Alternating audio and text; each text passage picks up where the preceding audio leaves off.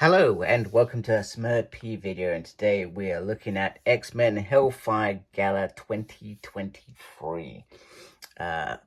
Also in the corner, Fall of X. Now I picked the variant cover with all the candidates for this X-Men's team on there. So our story begins with the announcement that Camilla is Miss Marvel is actually a mutant.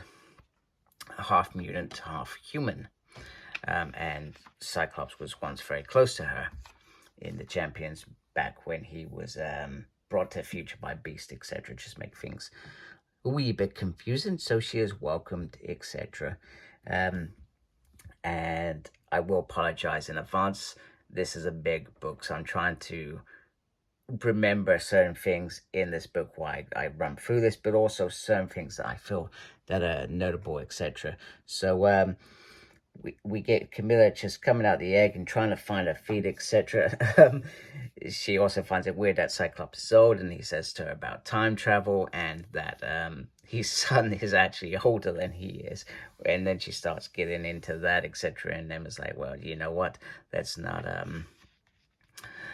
get into this Summer's tree, etc. And then it's about coming out as a mutant. We would like you to come out and be a mutant now. And Jumbo Carnation comes flying in, very excited, and wants to give her a new outfit, a new everything, etc.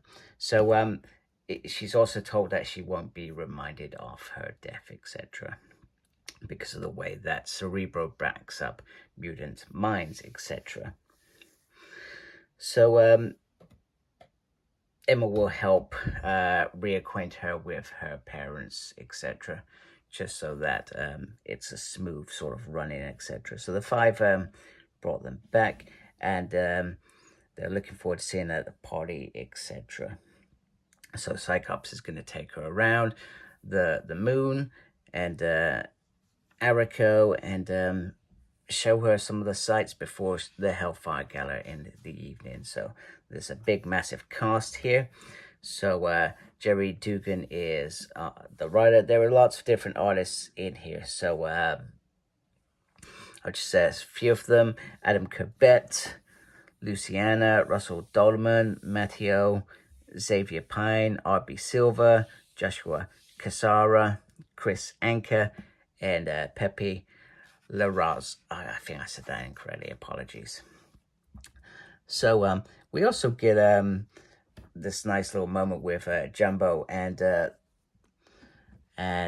captain trying to, make human mutant relations work, which is really quite nice.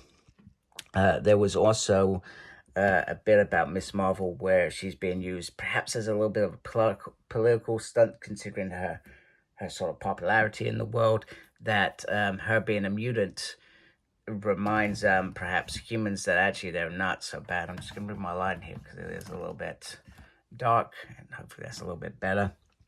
So the 5-in-1 have opened the theme, which this year is about friendship and futurism and dialogue. So they're welcoming their humans friends. They also want to, so they always try and give a gift, but the last couple of gifts have been about terraforming a planet, which is quite scary. And then obviously last year they found out about resurrection, so it's a bit touch and go. But this year they wanted to give back to humans, resolving poverty, food, those things that Krakoa gives, etc. And Forge helps. So Forge is going to help deliver this in the human world. So with the help of the leaders, that they can squash this. I'm not sure how that would work in the real world, considering where would they make their money from if things are free, so to speak.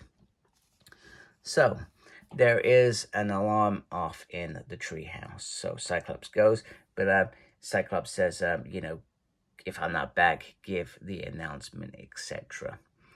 I believe at this point, the hope was Jean would go through, but surely Orchards would know that if there's an alarm going off, Cyclops is the first one who's going to respond. He takes that, he takes his responsibilities in a way that I probably would at work. If I got a call out of hours, I'd probably go in. you know, it's very similar, etc. So I like it when I identify with certain things as well. On a personal level. So Kane has a moment with Jean, and Jean says, you know what, it would be great for you to be on the powerhouse. We get this moment with Kitty Pryde talking about the gates and that she can lean on them, etc. And it's the only technology that disrupts her rather than the other way round. And she reinforces that a little bit later, which leads us to the end, which is really, really cool. Well, I say it's cool. It's probably not cool. Anyway, Mystique and Destiny go here, trying to avoid a scene, etc. So they are at the Hellfire Gala. So Destiny's sort of not seeing the future now, so she doesn't know what's about to happen. We also get Iceman looking very swanker. They all look great. I love. Do you know what? I do love the outfits. Never really been a fashion person, but I love the outfits. There was this moment with Xavier talking to Camilla about announcing herself, etc. But she says, you know, we feel that this would help relations, etc. But and hopefully change their mind. But you know what? Today is about friends and family. Be good to yourself, etc. You can join us on your own time. It's not an expectation just because we brought you back to life, etc. and resurrected you. We also get Miss Marvel also wants to know about her mutant powers. Now Xavier talks about Inhuman and the Terrigen Mist, which used to have devastating effect on mutant physiological. Goodness.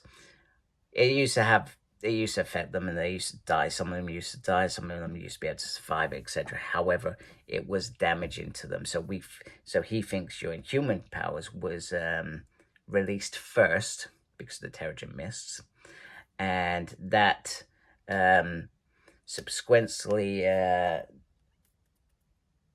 stops the. I had the word a minute ago. It's annoyed me. It suppresses the mutant gene, so that's why we don't know what your powers are and all that. I can find it, you know, but we'll be willing to help you, etc. We get Rasputin 4 saying, you know, it's amazing that the Great X, so that's the way she sees Xavier, has taken off his mask and shown you he's looked at you with his own eyes. That's like a privilege, etc. You know, something that doesn't happen very often. And she also tells Camilla that she is her hero, you know. So it's great. It's a great little moment between these two. We see more of these two later on. So Ileana comes in to speak to these two. So this is Wynn, and I can't remember who this dude is, but Wynn has magical powers, and he's sort of been using them, etc. And she wants to sort of know why, and you know, you've come in here uninvited, etc. He also, and I'd never heard of this character before, he asks a very clever question. There's a story about a great mutant experiment of yours. When it first began, one of you stood with a gathering of humans and told them that things were changing. And he said mankind had new gods. Now that goes back to one of the House of X, Powers of X issues, and it was Magneto who said it to some dignitaries from another country, etc. You know, and this is where all these little sayings, you think it's coming to an end. So he's interested in them for unknown reasons, etc. Unknown reasons. So the Avengers are here. However, they are called off quite quickly, and this can be seen in Avengers Free Comic Book Day, which I think I've actually got, but I've not read it. It's been in my drawers for months now. But they also talk about Kingpin, etc. And one of them says that actually it's in fact, I think it's French. He says, imagine all these old people on this island. They're not running around your world causing grief, etc. So they all have different things of it. Rogue obviously gets the alert, this never happens, etc. So she goes flying off. So we've seen Cyclops gone, Rogue gone. Two big powerhouses tactically and strength there. So it's time for the announcements. So first they announced that Cyclops and Jean Grey will be leaving the X-Men, and that adds a little bit of pill in my mouth later on. They're leaving, and this is the new team, and you get them all saying, so they all get to vote, and Juggernaut says, Jean said, I'll be a hell of an X-Man, and we also get this great moment saying that Cinch and Talon can lead this new team of X-Men, which I think is very nice. They've both been there sort of since the beginning of this team emerged, but in terms of Talon, she was obviously in another world, but her younger self was in the team. Yeah, no, it's not really a clone. So anyway, we get this new X-Men team, and pretty much everybody that could be voted on was on there. Pretty much the old X-Men team were gonna depart at this point. Are you ready for it? Here we go. 11 minutes in. Wow, it's taken me that long to get to this point. This is a really long book. Boom. Nimrod comes flying in. Literally, he's flying up all the way up above and dropped in at such a force that if Jean Grey hadn't been there with a force field, they would all be dead. She puts a force field around her, and her and Juggernaut managed to scave out of this. However, they're almost dead. I love that Juby says, "Fuck you, machine." I don't usually swear on videos, but that was brilliant. They're all bloody ripped apart and all sorts, etc. So it's going to go, we're going into war things. So Illyana is trying to get the humans out of there. However, her powers have been suppressed. Another Orchid's ploy to suppress her X-gene. Yes, I got the word right there. Iceman comes flying in. He's full of beans. He's saying, you know what? I've terraformed a planet, man. What are you compared to a planet, Nimrod? Nothing. However, he has this. This comes flying out. He shoves it in Iceman. Just like that. Iceman says, is that all you've got? Is that it? Crap. This thing destroys him from the inside out. Literally, they found a way to literally dissolve Bobby. I mean, I believe that this is the, I mean, let's be honest. Every time he's been smashed, crashed, whatever, he's always returned. But this time, he doesn't seem to be returning. And in his final moments, he shouts out, Gene, Scott, Warren. But doesn't that shout out Beast now? I've not read the X-Force. I'm a wee bit behind on X-Force, but I know Beast versus Wolverine. Beast has been on that ledge for a long time, and there was no sign of Beast here, so I'm presuming that has played out, whatever that is.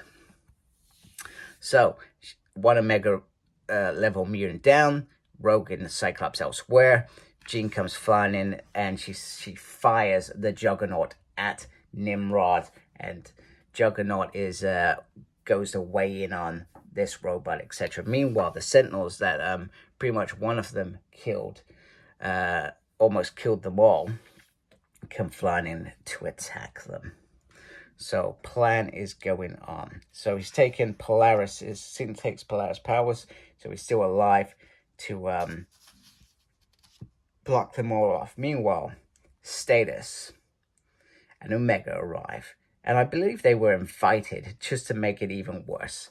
And Status says what he was up to the last Hellfire Gala. So we've had reference to this in the X-Men story, but he tells Xavier that I messed with your pharmaceutical factories and put in a little kill switch in your tablets that have been going out to every human. So this is the other part of the ploy. And we'll get into that in a second. So he introduces Dr. MODOK, but he's like, just MODOK, please. And he says, Dr. sounds cooler. He uses that to kill the humans that have been using the tablets. And there is nothing that they can do. We know that this works, etc. So, and thanks to Horde Culture, their other relationship, they are able to come through the gates and come flying out. However, the X-Men again come fighting. They come out swinging, taking out these iron sentinels, as you have. Kingpin tries to get in the mix without very much. Exodus starts ripping the pieces, and Miss Marvel and Rasputin 4, and we gotta remember, she is almost she must be considered a mega level mutant because she's got 5 powers going on. And she goes, they start taking them out, etc. as well. So, they may have been able to stop everything, but what they couldn't stop is Nimrod using the Juggernaut as a bullet the other way and crashes into the structure, causing it to come flying down. And Jean Grey very calmly controlling the whole situation and telling Orchis, you get off this damn island now. And it's pretty much going the way she wants it. However, things once again are going to change. So, this is where I refer to they wanted Jean Grey at the treehouse because there was an assassin hiding. The assassin is Moira stroke robot Moira, who doesn't have a mind for Jean to be able to read, and probably the only assassin that could get into this to take her out. Cyclops has failed. He's reaching out to Jean, and he can't feel his legs. He's in the bad way, so we don't actually see what happens there. And then Moira wants Charles. Charles Xavier, this is on you. Also, we learn that there's something on the dagger from Otherworld called Blightwind, but she doesn't have enough for it to use on everybody. Okay, with what Jean was about to do, the X-Men, those on the island are outraged, etc., and ready to go to war. However, Moira plays her trump card that stop them, Xavier, because if they don't stop, we will kill every human that has had tablets in there. And there was no way he was ever going to do this. There was no way he was going to allow humans to just die, because it doesn't matter how far they've come or what they've changed. They wanted this relationship with their human counterparts so that they could live in peace and harmony. That's all they wanted. They offered them gifts, ways of being better, etc. That's all they've ever done, whilst protecting themselves at the same time.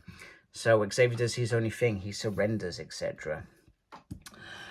Then they deliver their terms. Anytime, the first time a mutant is on Earth, they're going to kill 1 human. Next time, 10, and so forth, and so forth, and so forth. So send them away, Xavier.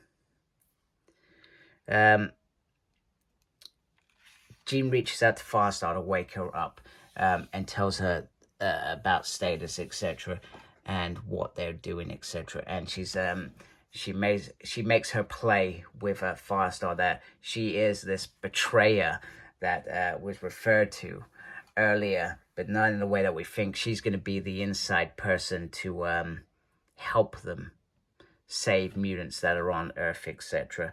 So she is going to be considered a traitor and part of Status's team of Implemented. So, yeah, damn Moira for doing this. Xavier says, go, my X-Men. So he sends them all through the gates, etc., apart from those that have mentally put in resistance, called a triads system, which is very common, and it's red so that they can withstand any mental control, etc. But he sends them all through a gate. However, Righteous has her own ploy, and so everybody that goes through the gate ends up on Krakoa. However, their plan is that they're going to go to Arico, but Mother Righteous uses her powers to take them away. So we know about some of the Sinisters. Nathaniel Essex covered himself, so he's got Mr. Sinister, Dr. Status, Orbis. Apologies, I seem to have run out of some data, etc. So we get the information on the Red Triangle Protocol for psychic defenses. We also get the Firestar ending with sort of Jean, etc., as she sends him off, etc. So Xavier's left, send him off, and Jean Grey has one last moment with Scott saying that, you know, and this is the bit of pill I told about her, saying that she loved you. They were finally going to go off, perhaps away from X-Men, perhaps live a normal life. And it always happens with these two. It was never going to be a dream that way. Cyclops being carried off somewhere. Jean is a skeleton there. Xavier is still pushing people out. Wolverine arrives. Jean gives him one last thing. Go give them hell. But she says, the fight's not over. Do what you do best for me. And she says that, she loved him too as well, which is, I think that's always been a given in this new world, that's happening. So he goes off to war. Exodus gets the 5 off so that they have some way of saving him. Bear in mind, there is going to be some stuff in to happen. This is the moment with Mystique, where Xavier tries to push her out, and she seems to perhaps have some sort of stroke and dies. And this is the bit where she can't come back because the 5 don't have the eggs. They're not doing that stuff right now. It's all sort of ending. So the X-Men are left there. Status finds it funny what's just happened to Mystique, etc. And then it's just these final group here, and it's about killing them. Although they are managed to stand up against Psychic, she tells them to snap out of it, and she tells Lords, grab everybody, let's get out. Moira tries to take her out. However, a knife ends up in this dude. There is a shot that fires off, but Kingpin crushes that man's, or in fact, no, he does, no, he cracks off the head, so, off this dude. So it's nice to see Kingpin getting into the mix as well. I find that interesting, considering who he is. So they arrive at an old Hellfire club. However, Lord's end finally happens at the end of a Hellfire club. She must have got shot somehow, but she managed to do the task at hand. So something horrible always happens at the end of a Hellfire Gala, right? Yeah, very interesting. I did love this, and I actually reread the Lord's bit, because I've just reread the Marauders, volume 1 and 2. So Nimrod brings in a beaten to a pulp Juggernaut, who did his people proud. I tell you, he gave it some, but he is in bad shape, if he is even alive, etc. Nimrod's about to take out Farstar, but Status says that she's been working with us all along. And then it's, what about him? His fate was always sealed. Moira says, he's mine. So they're back. So these guys have Krakoa plants, etc. So they try to use them. However, they cannot access them. They cannot go back out there and fight, because that was their plan. And these are the mutants that are left on human, and perhaps the teams that will be and the mutants that will be focused on in the coming months, etc. So there is also the other bit about humans. The press release is released earlier, saying that all the humans were killed at the Hellfire Gala. Xavier tries to beg them, because they weren't meant to do this. As it all sort of comes to an end, we see the Sentinel over this small island, and it just reminds you of those dark times of mutants, and it reminds us that they begin with great intentions, but they always go back to this destroying whatever mutants have created, and then they start again. It's always been sort of a ritual. The mansion would blow up, then it will all come back together. So the dream is dead. Be brave. And Xavier says, I'm ready. And she says, that's very brave of you. Sorry, I got that wrong. And he says, I wasn't talking to you. And Rogue comes flying in. She realizes, so earlier in the story, which I didn't mention, we learned that there was an assassination attempt on Steve, and it was all a ploy to get Rogue, for example, away from the gala. She comes flying in, saves Xavier, and they go flying off trying to escape, while there is flying sentinels, iron sentinels after them, etc. And then that's when Xavier realizes that something's wrong. He says, go to the island, which in Rogue's mind is suicide. And he gets there, they're all gone. The island is gone. They were meant to go to Araco, but they've gone. He sent them to their deaths in his mind. He has killed them. He is broken. They're all dead. We have to avenge them. Also, just before that event, Rogue says they're putting a Unity squad back together, and actually I'm tempted to start reading that. Do I want to read it? I'm not sure. But she says you got friends, etc.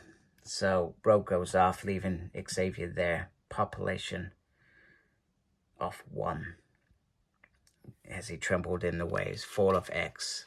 But it's not over yet. There is one final page, which is ironic. Kitty Pryde casually leaning on the gates as she always does. The gates let her out. They finally let her out, and she arrives in trouble. Boom. What a fantastic issue. Oh man, this is what everything has been building to for the last few years. In fact, goodness, what, 2019 this began this journey? So yeah, four years leading up to this moment, and now it's Orchis who are on the front foot. They've taken down this mighty race of mutants, and they are on the defenses, which is where I love them to be. I love them being on the defenses because that's when I probably enjoy X-Men the most. And don't get me wrong, Krakoa, it's all been great fun, and I'm sure it will. I don't think it's over, that era, but they do have a uphill struggle now. So yeah, fantably-tastic. I love every moment of this, and I've been trying to avoid spoilers for weeks, and I'm so glad that I sort of did. I sort of knew a couple of things, but I didn't really know the details behind them, so I was quite satisfied. So I'm glad we are finally here, and yeah, bring on X-Men issue 25, which I think has just been released, so hopefully I get that in the next few days, and hopefully quicker than this. This one took a little while to get to me. Took over a week, man. I need to start thinking about where I get my comics so I can bust these out a bit sooner. Anyway, hope you liked my video, and if you lasted that long, I wanted to apologize. My storage kept getting full, and my thing kept switching off, so there is a few blips in the road. I do apologize for.